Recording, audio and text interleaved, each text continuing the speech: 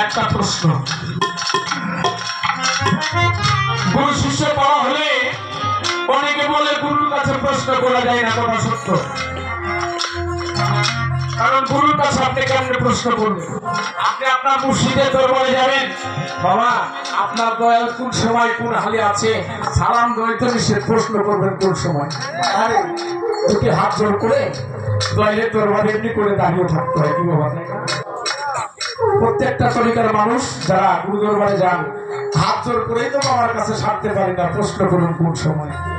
এই জন্য গুরুকে কখনো প্রশ্ন করা যায় না। হ্যাঁ, যেটা জোর করে পাওয়া যায় না ওইটা কিন্তু বড় জোরে বাবা যায় কিনা। দুটি হাত জোর করে দয়ালের কাছে আকুতি বিনতি করলে দয়াল যদি তার ডাক শুনে ওইটা পূরণ করত। এই জন্য আজকে রজনীর জন্য আমার মুর্শিদ, আমার দয়াল, আমার গুরুজি, আমি প্রশ্ন করবো না, আমি করজোড়ে আমার দরদির কাছে এই আমার মতো নাদান কিছু ভক্তদের জন্য, শিষ্যদের জন্য চাইব, গুরু যদি কৃপা করে দয়া করে আমাদেরকে দেয় তাহলে আমাদের পাওয়া হবে। প্রশ্ন না, এটা প্রশ্ন বললে ভুল হবে, এটা আমার চাওয়া, এটা আমার চাওয়া। গুরু যদি কৃপা করে না দেয় আমরা কোথায় পাবো? গুরু কেন ধরতে হয় এটা জানেন কি বাবা, তাই না? কেন ধরতে হবে? নিজেকে নিজে চিনার জন্য, জানার জন্য, বুঝার জন্য। আমি কে নাকি নামাজ পড়া, রোজা রাখা, হজ করা, যাকাত দেওয়া, এই সমস্ত বিধানাদির জন্য ইসলামের পন্থ টিকে না। হ্যাঁ, এই নামাজের দোয়া শেখার জন্য কি মানুষ গুরুদের বলা যায়? ওইটা 10 টাকার একটা বই কিনলে পাওয়া যাবে, এখানে কথা বেশি হয়, যাই না বাবা? তাহলে গুরু দরবারে যেতে হয় কেন? গুরু দরবারে যেতে হয় নিজেকে নিজে চেনার জন্য এবং জানার জন্য। মান আরাফা নাফসাহু ফাকাত আরাফা রাব্বাহু, তুমি তোমাকে চেনো। এটার জন্য কি করলে, কোন কর্ম করলে আমি ইহধামে আমার বন্ধুর দেখা পাবো, আমি আমাকে চিনতে পারবো, আমাতে কি আছে, কোন কর্ম করলে আমার আর এই জরাবেধি ভুগতে হবে। এটাতে কি করলে আমি আমার বন্ধুকে পাবো, কি করলে আমি আমাকে মুক্ত করে যেতে পারবো, আমার বন্ধুর সঙ্গে আমার দিদার হবে, দেখা হবে, আমি আমার বান্ধবের কাছে পাবো, আমাকে মুক্ত করার জন্য গুরু দরবারে, তাই না? আসেন, যাহা সে বিশ্ব ব্রহ্মাণ্ডে তাহা সে দেহ ভাণ্ডে। আজকের রাত্রির জন্য কখনোই বলবো না আমি গুরু মানি না, কারণ আমি ওই রকম শিল্পী। আমি গুরু মানি, গুরু জানি, গুরু জ্ঞানে দয়ালের কাছে একটু জানতে চাও। আজকে দেহ তত্ত্বটা একটু আমরা বুঝে এখান থেকে একটা গান রাখবো, গানের বাহিরে কোনো কথা রাখবো না, কারণ প্রশ্ন যখন একটা গানই রাখুন খালি। কারণ একজন মহাজনের গান আরেকজন মহাজনের কাছে রেখে দেবো, বাবা আমার এখানে কিছু করার নাই। মহাজন যা গানের মধ্যে বলছে এটাই আপনি দয়া করে আপনি দিলে দিবেন, না দিলে আমার ভুল না।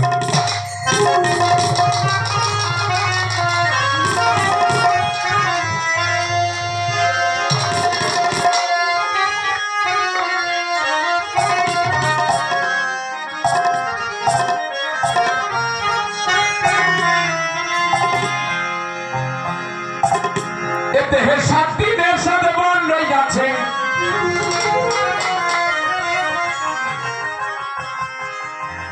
মানব দেহে এই বিশ্ব ব্রহ্মাণ্ডে যাহা আছে, বিশ্ব ব্রহ্মাণ্ডে তাহা আছে মানুষের দেহ ভাণ্ডে,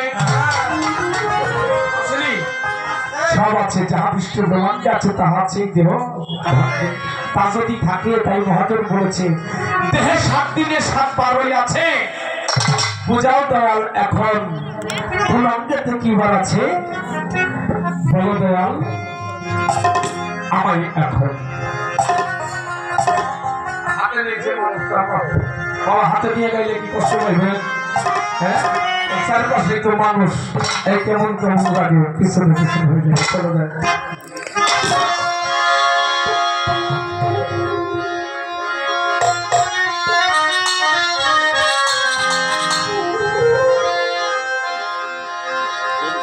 দেহে 7 দিনের সাথে বাঁধ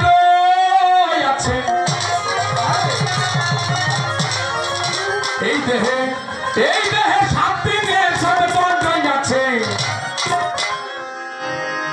বুঝো দয়া পুরাঙ্গেতে কি বার আছে সেই কথা বুঝাও কোন অঙ্গেতে কি বার আছে শুক্রবার শনিবার রবিবার সোমবার মঙ্গলবার বুধবার বৃহস্পতিবার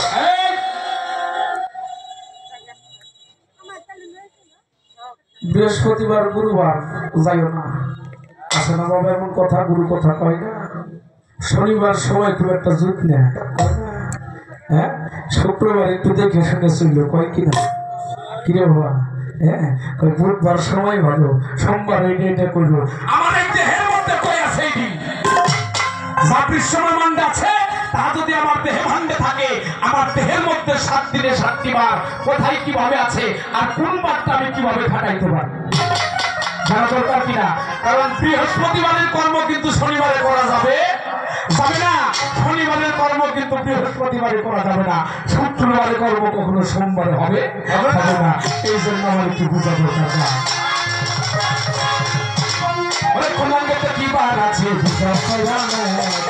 কুমাঙ্গেতে কি বার আছে সেই কথা বুঝা রাখো ও দেহের 7 দিনে 7 বার আছে 7 দিনে 7 বার আছে 7 দিনে 7 বার আছে বুঝা যায় রাখো কুমাঙ্গেতে কি বার আছে সেই কথা বুঝা রাখো কুমাঙ্গেতে কি বার আছে সেই কথা বুঝা রাখো ও দেহের 7 দিনে 7 বার আছে 7 দিনে 7 বার আছে 7 দিনে 7 বার আছে বুঝা যায় রাখো কুমাঙ্গেতে কি বার আছে সেই কথা বুঝা রাখো কুমাঙ্গেতে কি বার আছে বুঝা যায় রাখো কুমাঙ্গেতে কি বার আছে বুঝা যায় রাখো দেহের মধ্যে কোথায় আছে শান্ত মায়া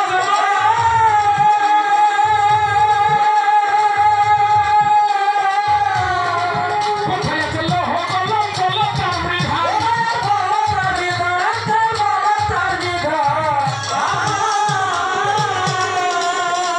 দেহের মধ্যে কোথায় আছে শান্ত মায়া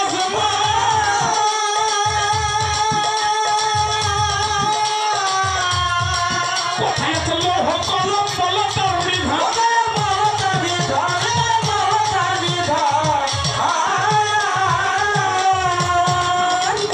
কোথায় আমার 500 বাহন কোথায় আমার 500 বাহন পালাই লইয়াই দেহ ঘর কুলাঙ্গেতে কি বার আছে সেই কথা বোঝাও কুলাঙ্গেতে কি বার আছে সেই কথা বোঝাও ও দেহে 7 দিনে 7 বার আছে 7 দিনে 7 বার আছে বোঝাও যায় রাখো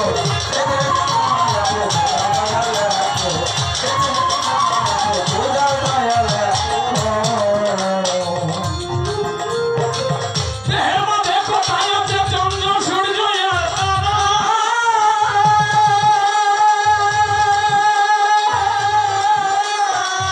অমাবস্যা হলে পরে কই থাকে তারা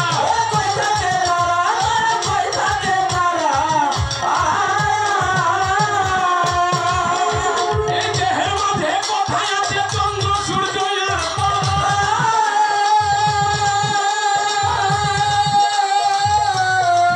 অমাবস্যা হলে পরে কই থাকে তারা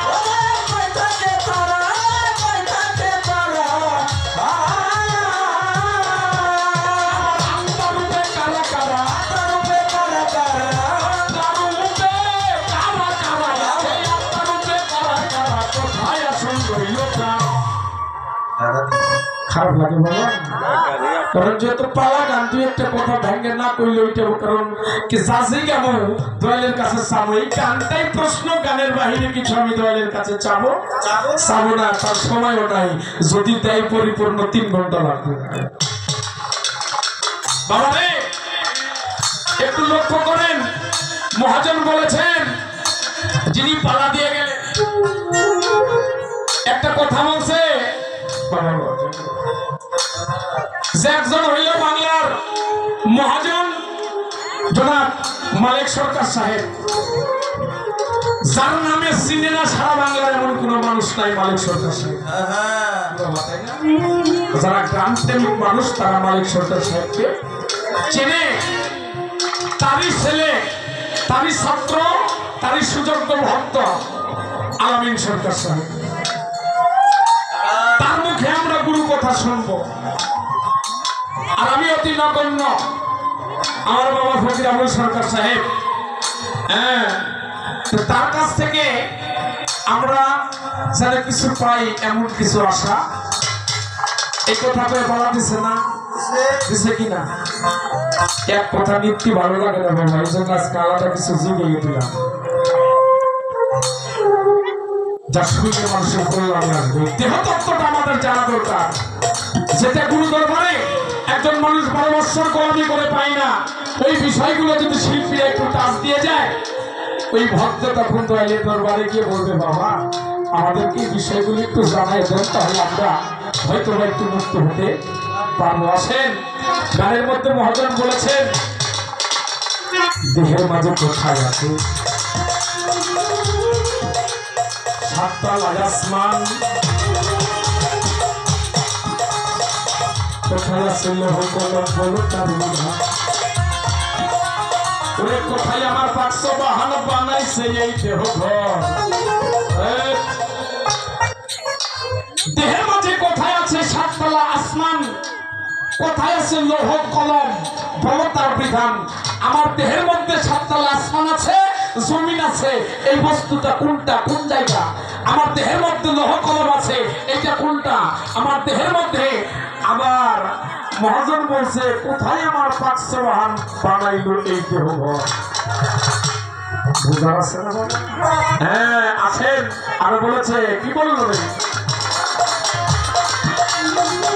কোথায় আছে চন্দ্র সূর্য আর তারা, অমাবস্যা হয়ে ভরে কই থাকে তারা। একটু একটু একটু বাবা খারাপ লাগতেছে আপনাকে?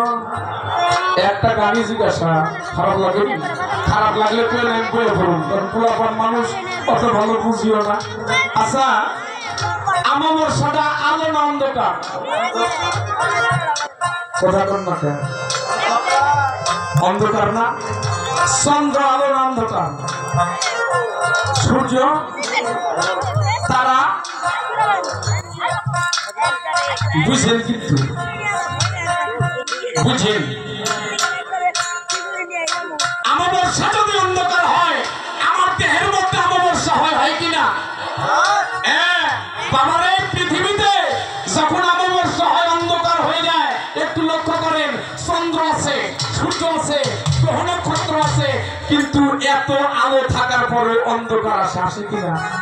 আমার দেহে যখন অমাবস্যা হয়, আমার দেহের চন্দ্র, সূর্য, গ্রহ নক্ষত্র, তখন এরা থাকে এত আলোর মধ্যে অন্ধকার হওয়ার কথা না। এরা কি থাকে না থাকে না? কি বলবো, জানার আছে কিনা? এরা থাকে কি থাকে না? যদি থাকে তাহলে দেহের মধ্যে এত আলোর মধ্যে অন্ধকার হইতো হইতো না। একটু জানা লাগবে, থাকে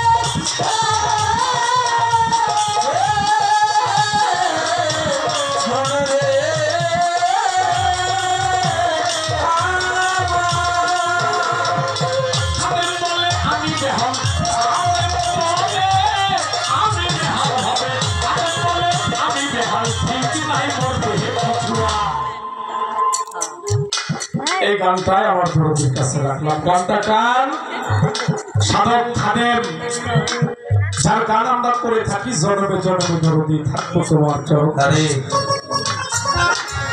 যার বহু গান বাংলার বাউল সম্রাট আব্দুল রশিদ সরকার রয়েছে, উনি লিখেছেন, উনি বলেছেন কোথায় আছে জমিন আর পাতাল, দেহের মধ্যে জমিন আছে, আছে কিনা, আছে কিনা? দেহের মধ্যে জমিন আছে, তা না হইলে বলতো না নারী হইলে ফ্যাকশরু আর পুরুষ হইলে কৃষক, সুসময় সুফসল ফলানোর জন্য। জি বাবা, বলতো বলতো না। তাহলে এই দেহের মধ্যে জমিন আছে, পাতাল আছে, নদীর খাল আছে, কোথায় আছে আত্মহস্ত সাক্ষী তো কোথায় নদীর খাল। খাদেম বলে আমি বেহাল ঠিক নাই মধ্যে কিছু। এই যা কিছু বললাম এগুলোর কোনোটাই আমার দেহের মধ্যে আমি ঠিক পাই না, আমার দেহে এগুলো ঠিক নাই। ওই জন্য আমার গুরুর কাছে, আমার মুর্শিদের কাছে, আমার দয়ালের কাছে জানার জন্য একটু করজোরে দয়াল যদি কৃপা করে আপনি আমাদেরকে এই বিষয়গুলো জানাই দিতেন, এই বিষয়গুলো কোথায় কোন অবস্থায় অবস্থা, আমি এই কর্মগুলো কিভাবে করব, করলে আমি এই বিষয়গুলো আমাকে রক্ষা করতে পারবো। কি আমার মধ্যে চন্দ্র আছে, সূর্য আছে, গ্রহ আছে, নক্ষত্র আছে, তারা আছে, আসমান আছে, জমিন আছে, পাহাড় আছে, পর্বত আছে, বৃক্ষ আছে, বেহেশত আছে, সুযোগ আছে, কিন্তু আমি কোনোটার কর্ম জানি না। তাহলে একটাও আমার ভিতরে ঠিক থাকবে থাকবে, তার ঠিক না থাকলে তো আমার দেহ কিছুই হবে না। কিন্তু দয়াল যদি কৃপা করে দেয়, মনে চাইলে আপনি করেন, না চাইলে আমার কোনো সমস্যা নেই।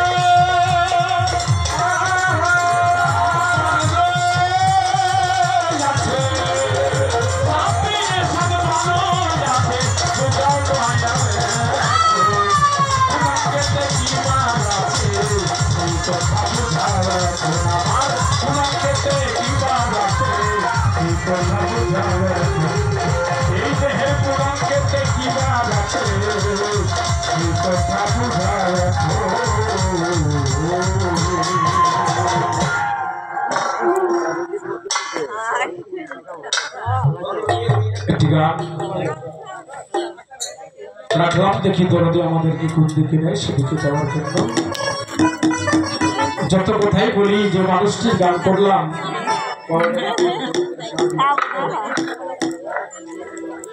গুরু দরবারে এটা আমার মতো নাদান যারা বুঝে না তার জন্য চাইলাম, জ্ঞানীজনদের জন্য চাওয়া না, কারণ তাদের কাছে আছে, তারা কি চাইতে পারে? না। আমার মতো আপনারা যারা বুঝি না তাদের জন্য এই চাওয়াটা। তবে এখানে যারা আছেন আমি বাদে আপনারা সকলেই জ্ঞানীজন, আপনাদের কাছে আছে। দলের দরবারে এসেছি ভক্তের পালা, শিষ্যের পালা নিয়ে একটি গান করেছিলাম, বন্দনার পরে হরিদীপ্ত গেল সত্য হলো পার করো আমায়। গুরু তুমি পারের করতে আমি শুনে বার্তা পাই না। আমার দরদি একটি গান করেছেন লালন শাহ ফকিরের,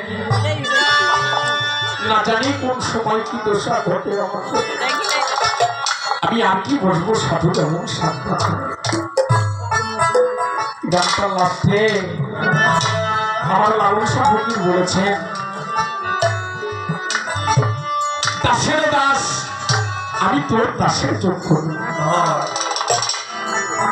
কোন ভাগ্যে পেলাম সাধুর সবসময়।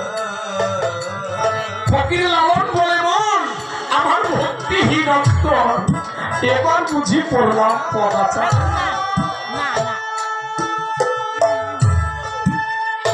লালন শাহ কি বুঝাইছে তো জানে, দাসের দাস যিনি মৌলাজির দাসত্ব করে গোলামি করে আমার মাওলাজির স্রষ্টার মনোনীত হয়ে গেছে আল্লাহর ওলি, আল্লাহর বন্ধু আমার বশিষ্ঠ। আজকে যারা আমি না এসেছি, আমার রহমান চাঁদ, আমার শাহলম চাঁদের মতো মহাজন, যেজন গুরু দাসত্ব করতে করতে মহারাজির সেই মনোনীত হয়ে গেছে। আমার লালসা বলে আমি সেই দাসের দাস, আমি কারো দাসের যোগ্য যেজন মরণ দাসত্ব করে দাসের যোগ্য হয়েছে, আমি তো তারও দাসের যোগ্য না জানি কত ভাগ্যে কোন ফলে এই মানব জনমকে এই শুভ সাধুর সঙ্গে এসেছে। বাবা এ জন্মে এমন কোন কর্ম করি নাই যে কর্মের জন্য আমি এমন সাধু সঙ্গে মিশতে পারবো। আমার জীবনে এমন কোন কর্ম করি নাই যে কর্মের জন্য আল্লাহর ওলিদের দরবারে দরবারে আমি ঘুরতে পারি। এটা মনে হয় আগের জন্ম তুমি ভালো কর্ম করেছিলাম, হয়তো বা গুরু কৃপা বলে পুরো পূর্বে ভালো কর্ম করেছিলাম, তাই তো আজকে সৎসঙ্গে সাধু সঙ্গে বছর মতো শুভ। কত মানুষ শীতের রাত্রিতে বসে আছে ঘরে, শীতের রাত্রিতে কম্বল গায়ের মধ্যে জড়ায় ঘুমায় রয়েছে। কেমন তরিকার মানুষগুলো পারতো না।